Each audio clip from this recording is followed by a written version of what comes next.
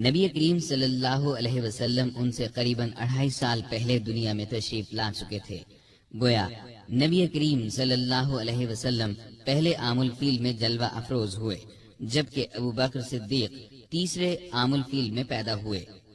عام الفیل ہاتھیوں والے سال کو کہتے ہیں، یعنی جس سال ابرہہ نے ہاتھیوں کے لشکر کے ساتھ کعبے پر چڑھائی کی تھی اور اللہ تعالیٰ نے ابابیلوں کے ذریعے اسے اور اس کے لشکر کو کھایا ہوا بھوسا بنا دیا تھا۔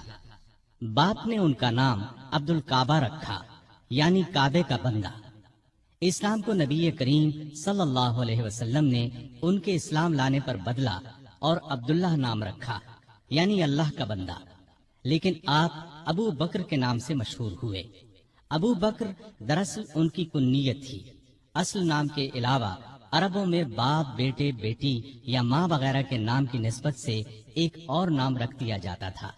یہ نام کسی خوبی کی بنا پر بھی رکھا جاتا تھا۔ ابو بکر کے کسی بیٹے کا نام بکر نہیں تھا۔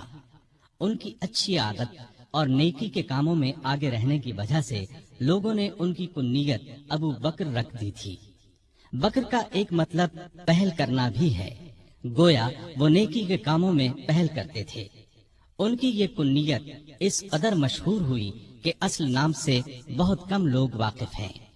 انہوں نے چونکہ ہر موقع اور ہر مرحلے پر نبی کریم صلی اللہ علیہ وسلم کی تصدیق کی کہ آپ سچے رسول ہیں اور جو کچھ آپ فرماتے ہیں بالکل سچ ہوتا ہے، اسی طرح ہر حالت میں، دکھ میں بھی اور سکھ میں بھی انہوں نے نبی کریم صلی اللہ علیہ وسلم کا ساتھ دیا، اسی لیے صدیق کے لقب سے مشہور ہوئے۔ خود رسول اللہ صلی اللہ علیہ وسلم نے انہیں صدیق کے لقب سے یاد فرمایا۔ صدیق سے مراد ہے نہایت سچا، سچائی کے خلاف ہر برائی کے مقابلے میں ڈٹ جانے والا۔ چنانچہ ابو بکر صدیق ہر موقع پر سچے ثابت ہوئے، لہذا صدیق کہلائے۔ ان کا ایک لقب عتیق بھی ہے۔ عتیق کا مطلب ہے آزاد۔ آپ نے انہیں دیکھ کر ایک بار فرمایا، تم اللہ کی طرف سے دوزخ سے آزاد ہو۔ ایک اور موقع پر آپ نے فرمایا، جسے زمین پر دوزخ سے آزاد کیے ہوئے شخص کو دیکھنا ہو وہ ابو بکر کو دیکھ لے۔ اس لحاظ سے ان کا ایک لقب عتیق ہوا۔ ان کا ایک مشہور لقب یار غار بھی ہے۔ وہ غار ثور میں آپ کے ساتھ تھے، جیسا کہ آپ ابھی آیت اور اس کا ترجمہ سن چکے ہیں۔ تفصیلات آگے آئیں گی۔ آپ خاندان تیم سے تھے۔ قریش کی کئی شاخیں تھیں، ان میں سے ایک کا نام بنو ہاشم تھا۔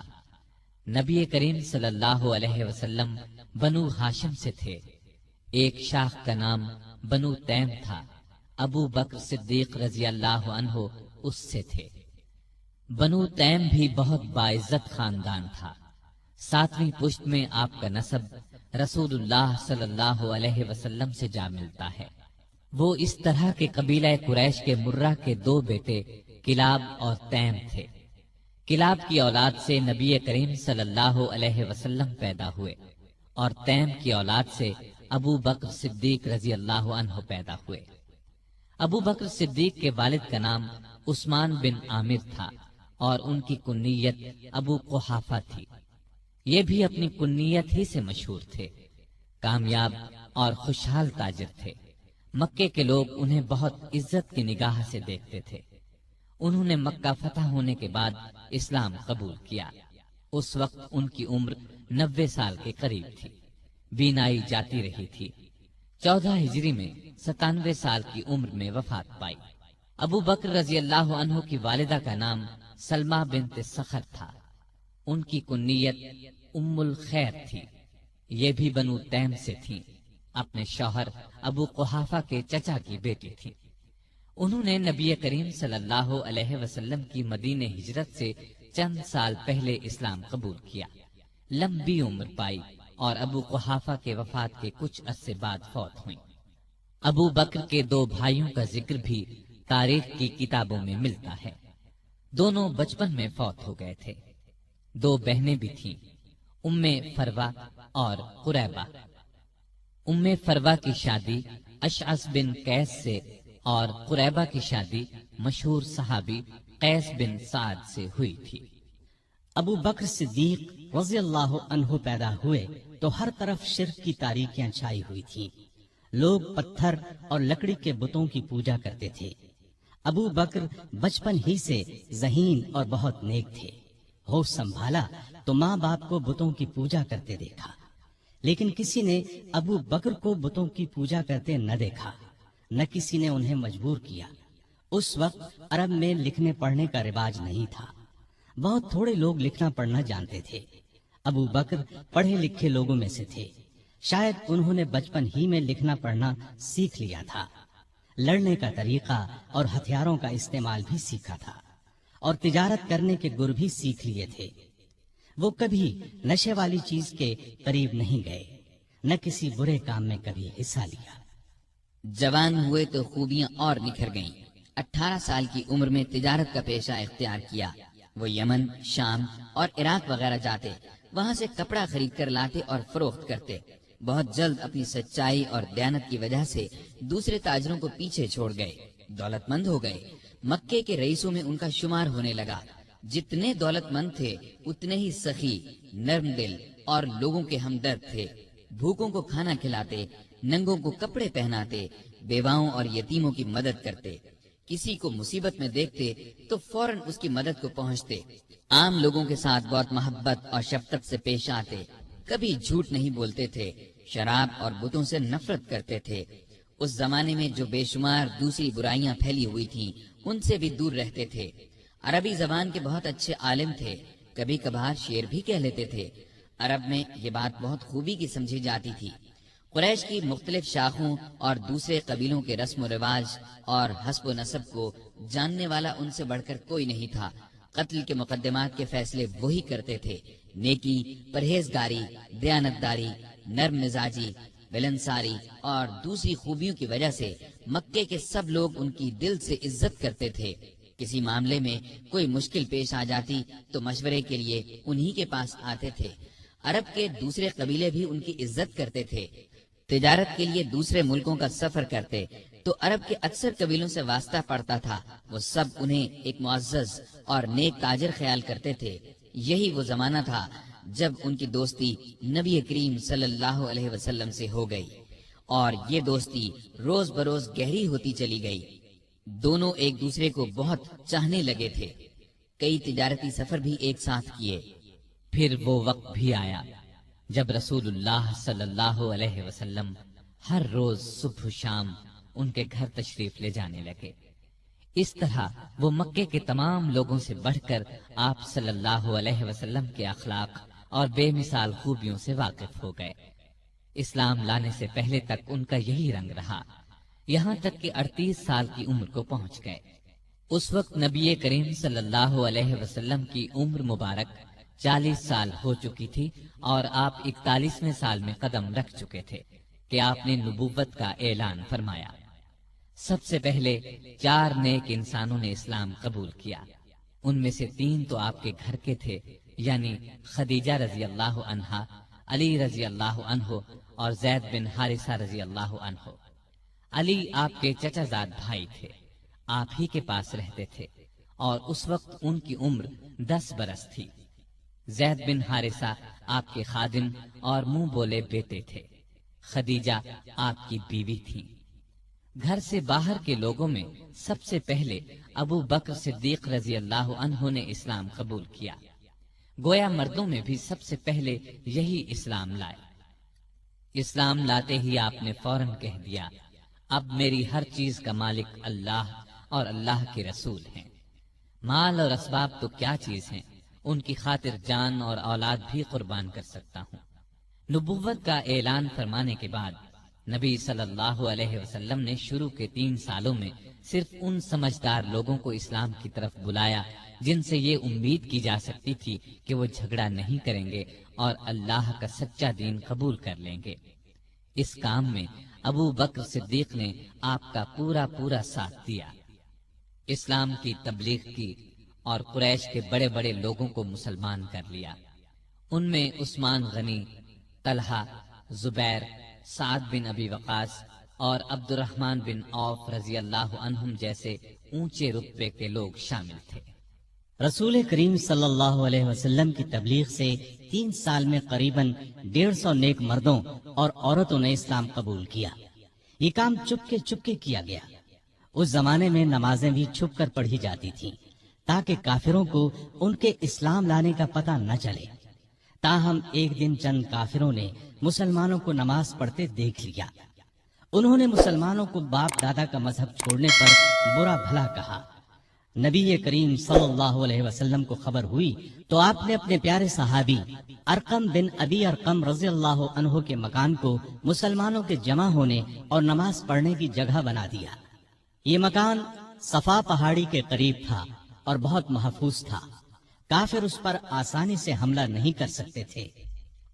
نبوت کے 4تھے سال اللہ تعالی کے حکم سے آپ نے کھلم کھلا اسلام کی تبلیغ شروع فرمائی۔ اس پر کافر بھڑک اٹھے، مسلمانوں کو ستانے لگے، ان کے دشمن بن گئے۔ مسلمانوں نے قریباً 9 سال ظلم برداشت کیے۔ اسلام لانے والوں کی تعداد مسلسل بڑھتی گئی۔ ابو بکر رضی اللہ عنہ نے بھی اسلام کی خاطر ظلم برداشت کیے، لیکن برابر اسلام کی خدمت میں لگے رہے۔ آپ صلی اللہ علیہ وسلم پر جان چھڑکتے رہے۔ جس وقت انہوں نے اسلام قبول کیا ان کے پاس 40,000 درہم تھے۔ ان میں سے اپنے پاس صرف 5-6 ہزار درہم رکھ کر باقی سب غریب مسلمانوں کو کافروں کے پنجے سے چھڑانے اور اسلام کی ترقی کے لیے خرچ کر ڈالے۔ ابو بکر رضی اللہ عنہ کی تبلیغ سے جن لوگوں نے اسلام قبول کیا ان میں طلحہ بھی تھے۔ یہ ابو بکر رضی اللہ عنہ کے چچا زاد بھائی تھے۔ ان کے اسلام لانے کا حال قریش کے ایک سردار کو معلوم ہوا۔ یہ شخص اسلام کا سخت دشمن تھا۔ اس نے طلحہ اور ابو بکر رضی اللہ عنہما کو رسی سے باندھ کر خوب مارا پیٹا، لیکن یہ اسلام پر قائم رہے۔ ایک روز نبی کریم صلی اللہ علیہ وسلم خانہ کعبہ میں تشریف لے گئے۔ کافروں نے آپ کو دیکھا تو جوش میں آ گئے، گھیرے میں لے لیا۔ ابو بکر کو خبر ہوئی تو فوراً کعبے پہنچے اور کفار مکہ سے کہا، تم پر افسوس ہے، تم ایک ایسے شخص کو مارے ڈالتے ہو جو کہتا ہے میرا رب اللہ ہے، جبکہ وہ اللہ کی صاف نظر آنے والی نشانیاں لے کر تمہارے پاس آیا ہے۔ ابو بکر کے یہ الفاظ سن کر کافروں نے رسول اللہ کو تو چھوڑ دیا، سب نے مل کر ان پر حملہ کر دیا اور اتنا مارا کہ لہو لہان ہو گئے۔ یہ مار کھاتے جاتے تھے اور کہتے جاتے تھے، اے عزت اور شان والے اللہ، تیری ذات بہت برکت والی ہے۔ آخر بے ہوش ہو کر گر پڑے۔ ان کے قبیلے والوں کو پتہ چلا تو دوڑے آئے، اٹھا کر گھر لے گئے۔ عائشہ رضی اللہ عنہا فرماتی ہیں کہ ابا جان کو زخمی حالت میں گھر لایا گیا تو حالت یہ تھی کہ سر پر جس جگہ ہاتھ لگتا وہاں سے بال جھڑ جاتے۔ بہت دیر بعد انہیں ہوش آیا تو سب سے پہلے ان کی زبان سے یہ الفاظ نکلے، رسول اللہ صلی اللہ علیہ وسلم کا کیا حال ہے۔ اس وقت وہاں قبیلے کے ایسے لوگ بھی موجود تھے جو اسلام نہیں لائے تھے۔ انہیں یہ الفاظ سن کر بہت غصہ آیا، کہنے لگے، تم پر افسوس ہے، اس حالت میں بھی محمد کا خیال نہیں چھوڑتے۔ جب یہ لوگ چلے گئے تو انہوں نے اپنی ماں سے پھر وہی سوال پوچھا۔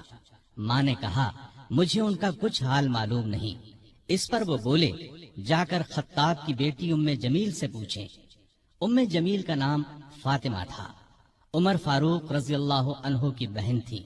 اس وقت مسلمان ہو چکی تھی لیکن کافروں سے اپنا اسلام چھپا رکھا تھا۔ ابو بکر کی والدہ نے جا کر ان سے کہا، میرا بیٹا محمد کا حال پوچھ رہا ہے۔ تو فاطمہ ان کے ساتھ ان کے گھر گئیں۔ ابو بکر کی حالت دیکھ کر چیخ پڑی اور بولی، اللہ کی قسم، جن لوگوں نے آپ کے ساتھ یہ سلوک کیا ہے وہ سخت کافر ہیں، برے لوگ ہیں۔ مجھے امید ہے اللہ ان سے بدلہ ضرور لے گا۔ ابو بکر نے کہا، رسول اللہ صلی اللہ علیہ وسلم کا کیا حال ہے؟ ام جمیل نے ان کے کان میں کہا، آپ کی والدہ سن رہی ہیں۔ یہ انہوں نے اس لیے کہا کہ ان کی والدہ اس وقت تک ایمان نہیں لائی تھی۔ اس پر وہ بولے، تم ان کی فکر نہ کرو، ان سے کوئی خطرہ نہیں۔ تب انہوں نے بتایا، نبی کریم صلی اللہ علیہ وسلم بالکل خیریت سے ہیں اور دار ارقم میں ہیں۔ وہ سن کر بولے، اللہ کی قسم، میں اس وقت تک کچھ کھاؤں گا نہ پیوں گا جب تک رسول اللہ صلی اللہ علیہ وسلم کو دیکھ نہ لوں گا۔ آخر رات کی تاریکی میں ام جمیل انہیں رسول کریم صلی اللہ علیہ وسلم کے پاس لے گئیں۔ آپ نے ابو بکر کی حالت دیکھی تو آنکھوں میں آنسو آ گئے۔ آپ نے جھک کر ابو بکر کی پیشانی چومی۔ اس موقع پر ابو بکر نے اپنی والدہ کے مسلمان ہونے کی خواہش ظاہر کی۔ آپ صلی اللہ علیہ وسلم نے دعا کی اور والدہ نے اسی وقت اسلام قبول کر لیا۔ اس واقعے کے بعد دونوں میں محبت اور بڑھ گئی۔ ابتدائی 3 سالوں میں کچھ اسلام لانے والے ایسے بھی تھے جو مکے کے کافروں کے غلام تھے۔ ان کافروں کو جب اپنے غلاموں کے اسلام لانے کا پتہ چلا تو ان غریبوں پر ظلم کے پہاڑ توڑنے لگے۔ ابو بکر رضی اللہ عنہ کو جب ان پر مظالم کے بارے میں معلوم ہوا تو اپنی دولت خرچ کر کے ان غلاموں کو آزاد کروانے لگے۔ انہوں نے اپنے مال سے جن غلاموں کو آزاد کرایا ان کے نام یہ ہیں: بلال بن رباح رضی اللہ عنہ، یہ امیہ بن خلف کے غلام تھے۔ وہ انہیں تپتی ریت پر لٹاتا اور سینے پر پتھر کی سل رکھ دیتا تھا، لیکن یہ اللہ ایک ہے، اللہ ایک ہے پکارتے رہتے۔ حمامہ رضی اللہ عنہا کو بھی آزاد کرایا۔ یہ بلال رضی اللہ عنہ کی والدہ تھی۔ عامر بن فہیرہ رضی اللہ عنہ طفیل بن حارث کے غلام تھے۔ ام یمس رضی اللہ عنہا قریش کے خاندان بنو زہرہ کی لونڈی تھیں۔ کافر ان پر بہت ظلم کرتے تھے۔ ابو فکیہہ رضی اللہ عنہ بنو عبد الدار یا صفوان بن امیہ کے غلام تھے۔ انہیں بیڑیاں پہنا کر ریت پر اوندھا لٹایا جاتا تھا، کمر پر بھاری پتھر رکھا جاتا تھا۔ لہزیہ اور ان کی بیٹی لبینہ، زنیرہ، ان سب کو ابو بکر نے خرید کر آزاد کیا۔ ابو بکر رضی اللہ عنہ کے والد ابو قحافہ رضی اللہ عنہ اس وقت تک ایمان نہیں لائے تھے۔ بیٹے کو اس طرح دولت لٹاتے دیکھ کر ایک دن بولے: بیٹا، میں دیکھ رہا ہوں تم جن لوگوں کو آزاد کروانے پر پیسہ خرچ کر رہے ہو وہ بہت کمزور ہیں۔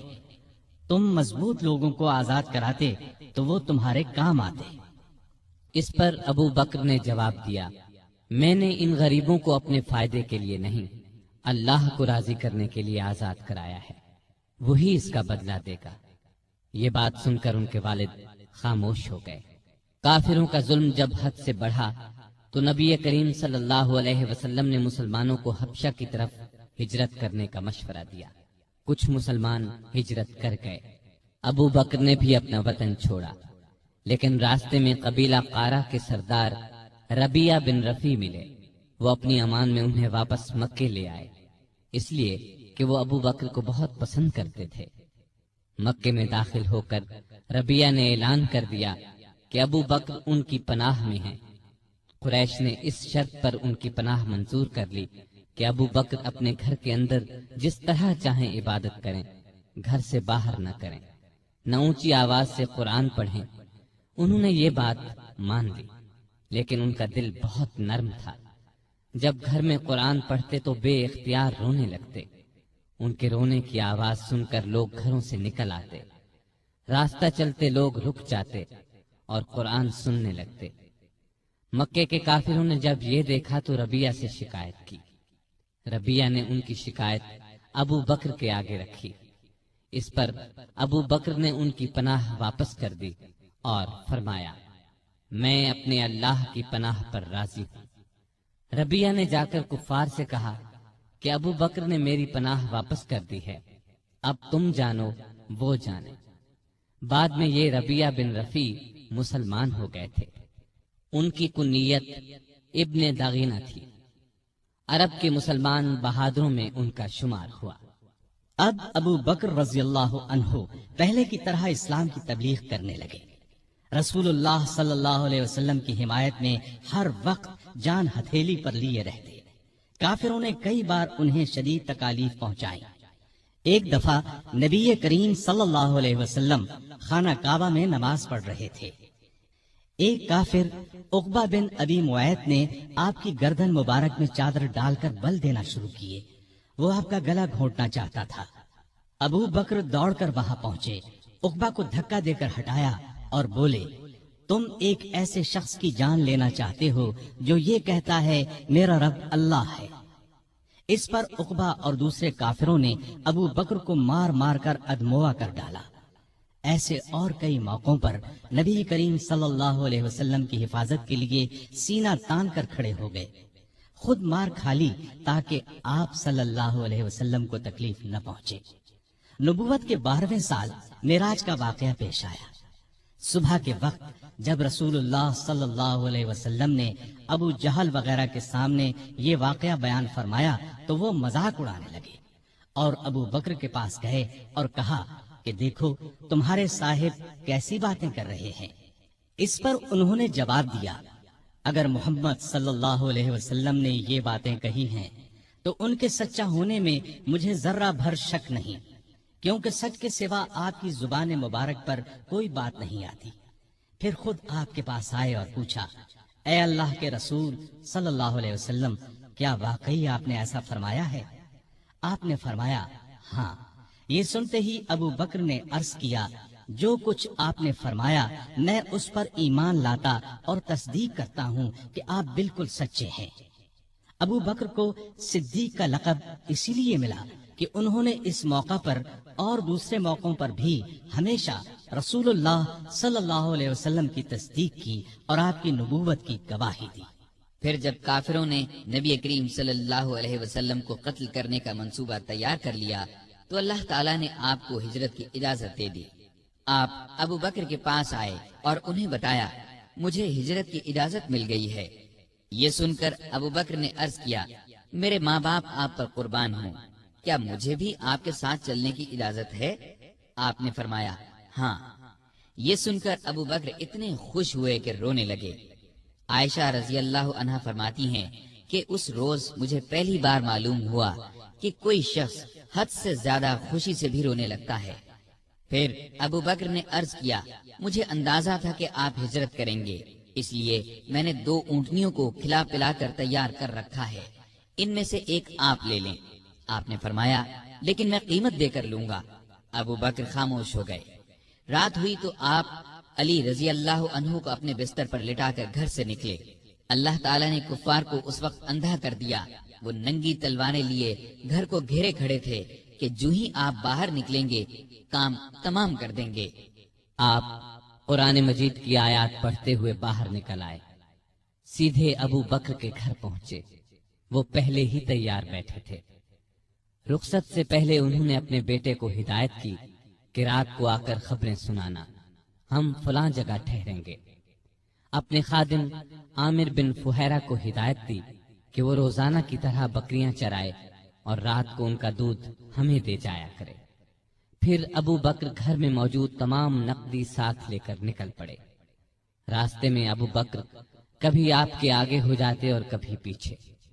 آپ صلی اللہ علیہ وسلم نے وجہ پوچھی تو عرض کیا، جب مجھے خطرہ ہوتا ہے کہ آگے سے کوئی دشمن نہ آ جائے تو آپ کے آگے چلنے لگتا ہوں، پیچھے سے کوئی خطرہ محسوس کرتا ہوں تو پیچھے ہو جاتا ہوں۔ اس طرح دونوں غار ثور میں پہنچے۔ یہ مکے کے جنوب مشرق میں قریباً 5 کلومیٹر پر ہے۔ راستے میں زمین پتھریلی ہونے کی وجہ سے دونوں کے پاؤں زخمی ہو گئے۔ ابو بکر رضی اللہ عنہ آپ کی تکلیف برداشت نہ کر سکے۔ آپ صلی اللہ علیہ وسلم کو بمشکل اپنے ساتھ لے کر غار ثور جو بہت بلندی پر تھا پہنچے۔ پہلے ابو بکر اندر داخل ہوئے، غار کو صاف کیا، غار میں جو سوراخ نظر آئے ان کو اپنی چادر پھاڑ کر بند کیا۔ غار میں 2 سوراخ باقی بچ رہے جن کے لیے چادر نہیں بچی تھی۔ ابو بکر رضی اللہ عنہ نے ان دونوں پر اپنے پاؤں رکھ دیے، پھر رسول اللہ صلی اللہ علیہ وسلم سے عرض کی کہ اندر تشریف لائیں۔ آپ صلی اللہ علیہ وسلم اندر تشریف لے گئے اور ابو بکر کی آغوش میں سر رکھ کر سو گئے۔ ادھر ابو بکر رضی اللہ عنہ کے پاؤں میں کسی چیز نے ڈس لیا۔ ابو بکر نے بڑے صبر سے تکلیف برداشت کی لیکن ہلے نہیں کہ کہیں آپ کی آنکھ نہ کھل جائے۔ لیکن جب تکلیف حد سے بڑھی تو ان کے آنسو رسول اللہ صلی اللہ علیہ وسلم کے چہرے پر ٹپک گئے۔ آپ کی آنکھ کھل گئی۔ آپ نے فرمایا، ابو بکر تمہیں کیا ہوا؟ عرض کی، میرے ماں باپ آپ پر قربان، مجھے کسی چیز نے ڈس لیا ہے۔ رسول اللہ صلی اللہ علیہ وسلم نے اس پر اپنا لعاب دہن لگا دیا۔ زہر کا اثر فوراً دور ہو گیا اور تکلیف جاتی رہی۔ یہاں دونوں حضرات نے 3 راتیں چھپ کر گزاری۔ تلاش کرنے والے اس دوران میں غار ثور تک پہنچ گئے۔ ابو بکر کی نظر ان پر پڑی تو گھبرائے اور کہا، اے اللہ کے نبی، اگر ان میں سے کوئی شخص محض اپنی نگاہ نیچی کر دے تو ہمیں دیکھ لے گا۔ نبی کریم صلی اللہ علیہ وسلم نے فرمایا، ابو بکر، ایسے دو آدمیوں کے بارے میں تمہارا کیا خیال ہے جن کا تیسرا اللہ ہے؟